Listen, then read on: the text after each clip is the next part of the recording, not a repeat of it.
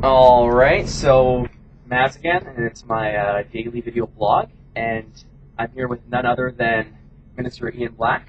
Hey Great guys. to have you here.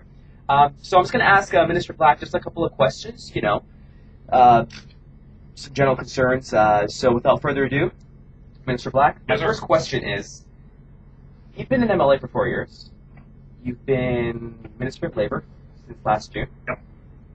How do you view BC differently than you did 4 years ago? How do you now? That's what I mean. That's a great question. I think when I first contemplated running for the nomination and then subsequently MLA, I turned to a lot of people for advice, and one of them is one of our former MLAs, Brenda Locke. Mm-hmm.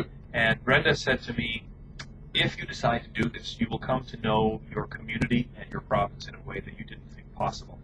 And it turned out to be precisely the truth. The understanding I have now of the communities of Port Moody, Coquitlam, and more in Belcarra, how they're so different, and yet they all border each other, and they have their own needs, they have their own personalities, they have their own issues. And just as a, if you will, a typical citizen, I never would have had that before, and I feel so grateful for just getting to know my own community to that intimate level of detail. At a provincial level, I think I've come to respect the meaning of the word diversity.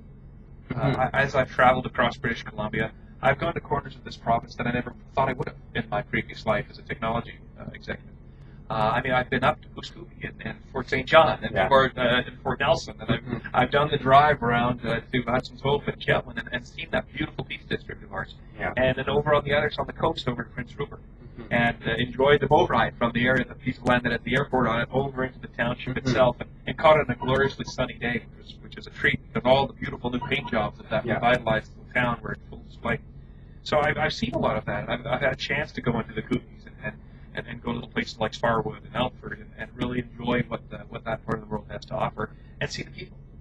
So we're diverse not just in our landscape and not just in our communities, but also as citizens. We are so different. Abbotsford is different than Coquitlam, even though they're just a little over an hour away from each other. So I think that's the two key things, is my ability to see the province as a whole and yet appreciate its extraordinary differences and how that is a source of strength for us as people. And then the intimate way I've got to know my communities and learn to appreciate all they have to offer and, frankly, help them in every way I can. Awesome. So my second question is, you've obviously been campaigning for a couple months. Oh, yeah. The writ was dropped about a week and a half ago now? We could go today. A week ago today. You're canvassing, you're door knocking. What are some of the things you're hearing from constituents when you're going to their doors?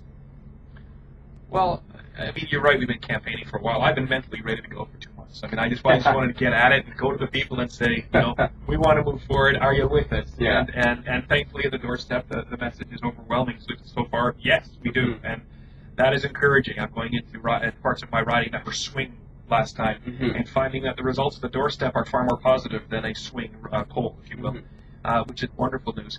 But when you ask them, what is important to you? What should I be thinking about going forward as I continue to represent this great area? They turned to me and they said, well, you know what? Without question, we're worried about the economy. Yeah. And for all for the positioning of the different parties and all the rest of it, it comes down to people's livelihoods, their ability to feed their families, make a life for their kids, help their kids get through post-secondary if that's that journey that they're on. And this election, more than any other, will boil down to, who do you want to take the economy and the province forward? Who's the right leadership? Who's the right party to do that? And I'm receiving very positive messages at the doorstep that it's us. The second thing I'm hearing is a desire for more collaboration and less of the, if you will, the theatrical side of politics. I actually received an email 2 nights ago that I'd never received before. It was a really neat little email. The lady said, how did you start it? I find myself in the unique position of writing to a politician in the middle of an election campaign. She said, I've never done this before, she said, I wanted to congratulate you on your television ads. She said, I'm not overly political, but I'm supporting your party because the conversations with Premier Campbell, the tone of the ads, the messaging of the ads, it's positive, it's optimistic, it's realistic. Nobody's saying there aren't problems in front of us. Nobody's saying that some of those problems aren't pretty complex and pretty big. But she's saying your tone and your attitude is there. And she says, by comparison, those of your political opponents are just nasty. They're slanderous. They're negative. They're not offering anything by way of an alternative. They're not saying, here's what we would do differently, folks. Yeah. They're just absolutely cynical and frankly destructive in their tone.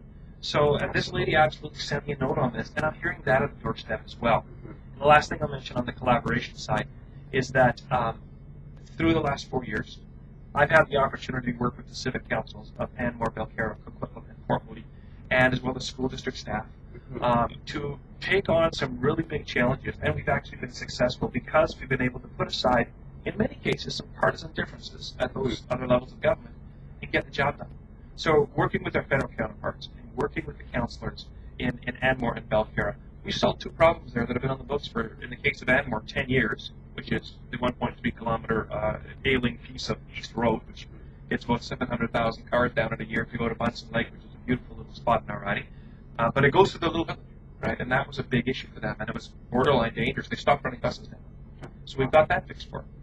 Likewise in Belcarra, their 15-year dream of having a safe water supply. Well, what kind of a project is better for multiple levels of government to be involved than safe drinking water and a fire prevention system for residents? And so we work with the federal, the province, and the village of Belcarra. That 15-year-old dream is now becoming a reality. So, and then in Port Moody and Coquitlam, they similarly had a series of projects. I mean, Rocky Point Park was renovated under our government, with a big contribution from ourselves and the feds. There's a new swimming pool, new Chimo pool in Coquitlam, the library renovation in Coquitlam.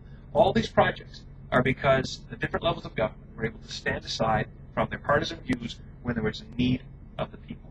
And that message is also coming through loud and clear in the north. They're saying, keep that up. That's what we want to see more. Thanks a lot for your time, Mr. Black. See you on the trail. See you on the trail for sure. So stay tuned for my next video blog, and we'll go from there. Take care.